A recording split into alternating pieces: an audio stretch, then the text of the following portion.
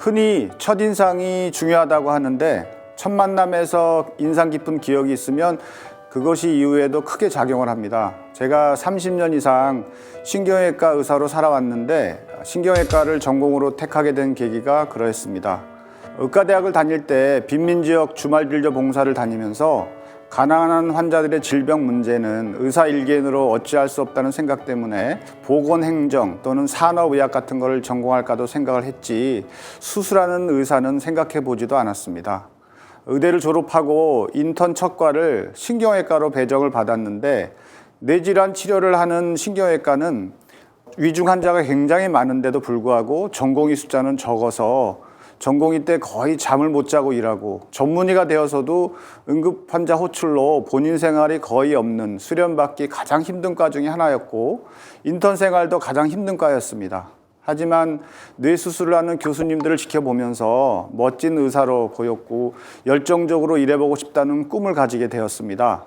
이런 처음에 강렬한 인상이 너무 커서 12달의 인턴 생활을 다 마치고 난 후에 누구의 조언도 없이 저 스스로 신경외과를 선택하게 되었습니다.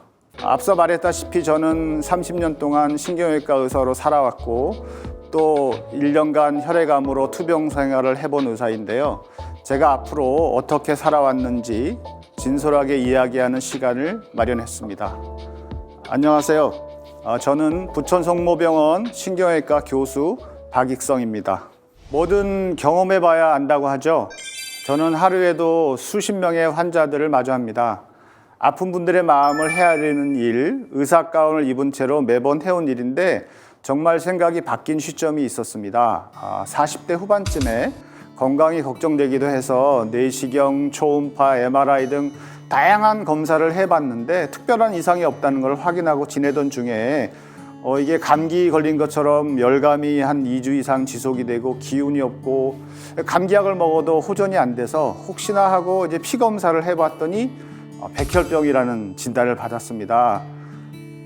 영화에서나 보던 그런 어린애들 젊은 사람에 걸리는 그런 백혈병이라는 처음에는 믿기지가 않아서 우리 세계에서 손꼽힌 백혈병 치료센터가 있는 서울 성모병원에 가서 골수 검사를 받았습니다. 그때가 2012년이었는데 그 당시 백혈병의 생존율은 약 50% 정도, 즉 절반은 죽고 절반은 살 수 있는 그런 확률이었습니다. 병원에 입원해서 검사 후 결과를 기다리면서 가장 먼저 부모님 생각이 났습니다. 두 분 모두 80대이시지만 건강하신데 아직 50도 안 된 아들이 부모님보다 먼저 세상을 떠나면 그것만큼 큰 고려가 없다는 생각이 들더라고요. 제가 의과대학 다닐 때 사실 저 하고 싶은 대로 막 살다가 보니까 부모님 속도 많이 썩혀드리고 이제는 어엿한 교수가 되어서 이제 효도 좀 하려고 했는데 이런 날벼락이 떨어지다니 이런 별별 생각을 하면서도 죽는다는 생각은 절대 들지 않았고요. 치료가 잘 돼서 빨리 회복이 돼서 병원 돌아가서 수술을 해야 되겠다 생각만 했습니다. 한 달은 병원에 입원해서 항암 치료를 받고 한 달은 집에서 쉬면서 총 3차례 항암 치료를 반복했습니다. 백혈병 항암 치료를 받는 것은 굉장히 힘든 고통이 많은 치료였습니다. 항암 치료 전에 제 주치인 친구가 이랬습니다. 백혈병 항암 치료는 아주 힘든다. 그렇지만 다들 환자들은 다 받고 이겨내니까 너도 잘 받아라. 그래서 그 말을 믿고 아무리 힘들어도 다 이런 과정을 겪는다 하면서 사실 굉장히 힘들고 어려웠지만 고통스러웠지만 버텨냈습니다. 병원에 입원해 있는 동안 의사로서는 보이지 않는 것들이 눈에 들어오기 시작하더라고요. 환자가 불편해하지는 그런 시스템적인 결함이나 아쉬운 부분들인데요. 예를 들면 입원 중에 주로 하는 일이 주사 맞는 것이지만 제일 중요한 행사가 회진입니다. 그래서 회진 시에는 단정하게 보이고 싶어서 세수도 하고 옷매무새도 고치고 이제 기다리다가 회진 오는 소리가 들리면 보던 TV도 끄고 그 잠깐이라도 뭔가 좋은 소식을 기대하면서 이제 주치 설명에 귀를 기울이는데 보니까 내과에서도 그 회진 시간이 일정하지가 않은 겁니다. 8시 반에 오기도 하고 또 10시 반에 오기도 하고 집담회나 면담 등 다양한 상황이 있을 수 있겠지 짐작을 하면서도 그 회진을 기다리는 한두 시간이 그렇게 길 수가 없었습니다. 제가 이렇게 아프기 전에 저도 이제 외과 의사이다 보니까 응급 환자나 또 뭐 수술 이런 것이 주된 일이다 보니 입원 환자 회진 시간이 일정하지 않았었습니다.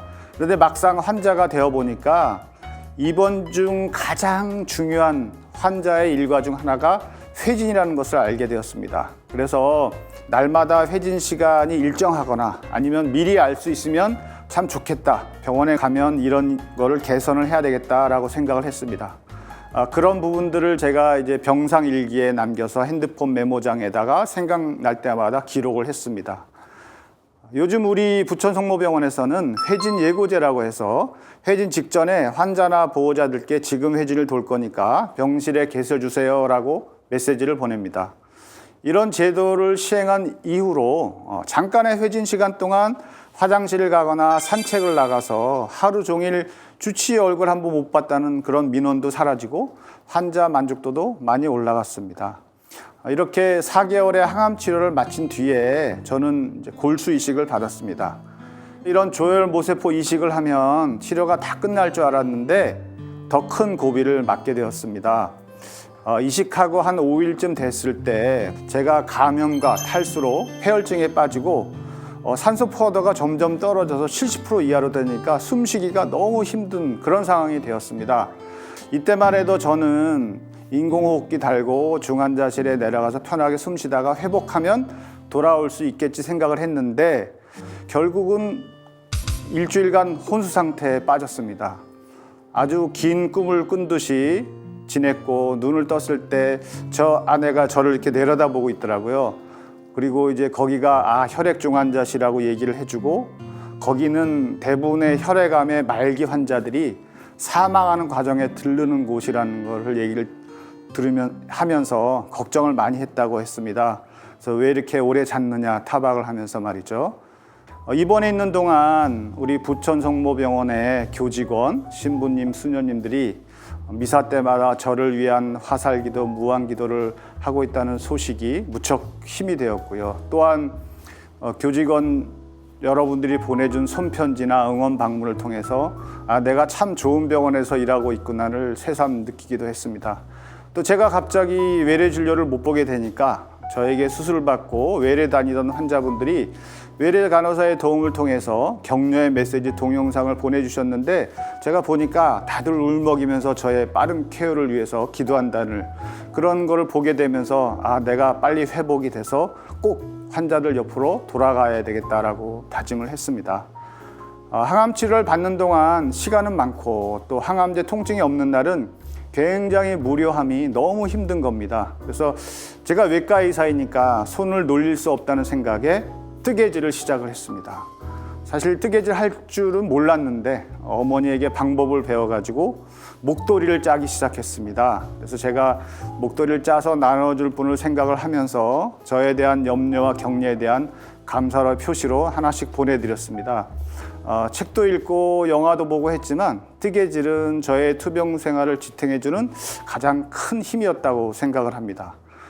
이렇게 2012년 5월부터 시작한 투병기가 약 1년, 그래서 2013년 3월에 끝이 나서 저는 원치 판정을 받고 다행히 회복이 잘 돼서 병원으로 복귀해서 다시 수술을 시작을 했습니다. 돌이켜 생각해 보면 제가 백혈병을 이겨낸 비결은 첫째는 제가 살아서 아직 해야 할 일이 많다는 그런 의지, 또 둘째는 저를 위해서 응원하고 기도해 주시는 가족, 친지, 환자, 병원 식구들이 너무 많아서 그 힘이 하느님한테 닿지 않았을까 이렇게 생각을 했습니다.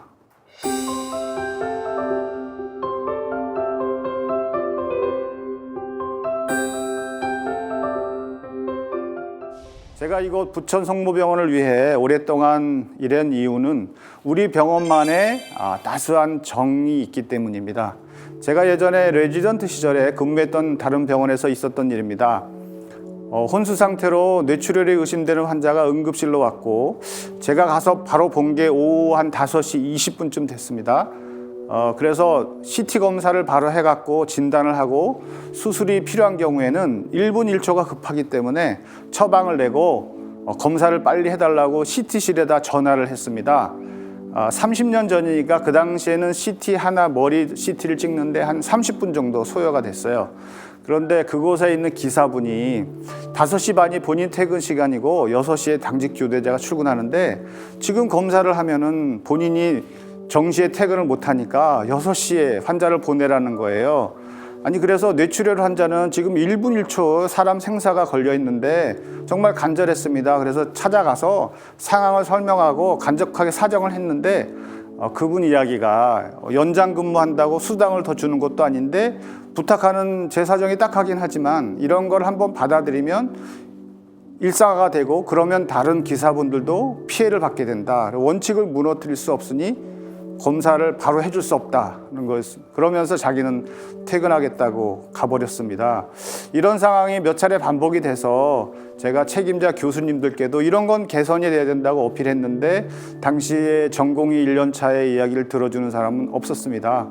그리고 1년이 지나서 제가 2년 차가 되어서 부천 성모병원으로 와서 근무를 하게 되었는데 비슷한 상황이 벌어졌습니다. 오후 5시 반쯤에 환자가 똑같은 뇌출혈 의심 환자가 와서 CT실에 전화를 했고 퇴근 시간이지만 응급 환자니까 검사 좀 해달라고 부탁을 했는데 그 기사분이 아주 흔쾌하게 빨리 환자를 모시고 오라고 해서 제가 환자를 모시고 가서 이야기를 듣게 되었는데 당시에 부천 성모병원의 기사, 간호사, 의사 모두 이 환자 우선의 문화가 이미 오래전부터 정착되어 있었고 그래서 환자 검사가 많이 밀리면 퇴근 시간을 훨씬 넘어서라도 퇴근하는 모습을 많이 보게 되었습니다. 당시만 해도 요즘 같은 의료 서비스 이런 개념이 없었기 때문에 병원의 의사, 간호사, 기사 등이 각자의 이 전문성을 주장하면서 서로 업무를 떠넘기다 보면 그 사이에 끼인 환자만 힘들어진 그런 문화였는데 부천 성모병원은 벌써 30년 전부터 환자 중심의 문화가 자리 잡고 있었습니다. 그래서 그때 생각에 언젠가 내가 전문의가 돼서 교수가 된다면 부천 성모병원에서 근무를 해야겠다라는 생각을 했습니다. 전문의가 돼서 군의관 복무를 마치고 처음에는 제가 삼성서울병원에서 임상 강사를 하면서 뇌종양에 대한 수술을 배우고 이후 곧장 우리 부천 성모병원에 와서 현재까지 22년간 신경외과 교수로 일하고 있습니다.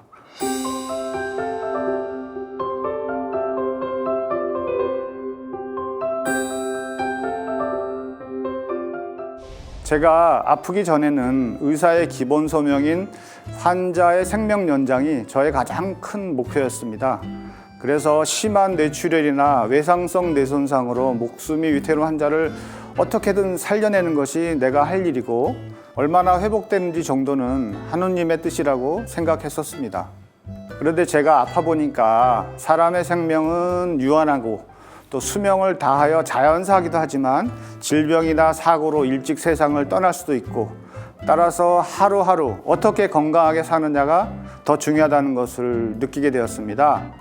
80세 넘은 노인이 뇌출혈로 수술을 받고 식물인간 상태로 몇 년씩 생명을 연장하면서 그러다 눈을 감는 분들을 이제 보게 되면서 생명 연장이 의사 개인의 의지나 소명으로 결정할 수 있는 문제는 아니라는 것을 깨닫게 되었습니다.